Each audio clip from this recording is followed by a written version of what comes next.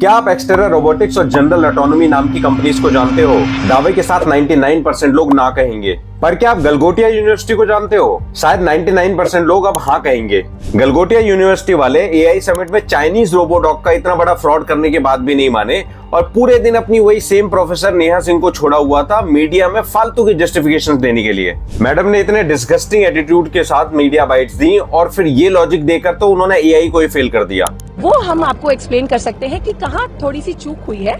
Sir, your 6 can be my 9। मैं जो कहना चाहती हूँ शायद मैं बहुत अच्छे से कह नहीं पाई, समय के अभाव के कारण या आसपास के बज और शोर के कारण। खैर फाइनली गलगोटिया वालों को यहाँ से भगाया गया और उन्होंने इस सारे कांड का ठीकरा इन मैडम के सर पर ही फोड़ दिया। लेकिन सिर्फ इन्हें निकालने तक बात नहीं होनी चाहिए। अगर पीएम मोदी और इस गवर्नमेंट को इंडिया में एआई पुश का क्रेडिट मिलता है तो इस एम्बेरसमेंट की जिम्मेदारी भी इनकी है। आईटी मिनिस्ट्री और मिनिस्टर अश्विनी वैष्णव क्या कर रहे थे कि उन्होंने इस यूनिवर्सिटी को अलाउ किया? अगर स्टेक्स इतने हाई थे तो आपकी प्रिपरेशन उतनी हाई क्यों नहीं थी? जवाब तो देना पड़ेगा। इस पूरे गलगोटिया फियास्को के साथ हमेशा की तरह एक और बात हुई।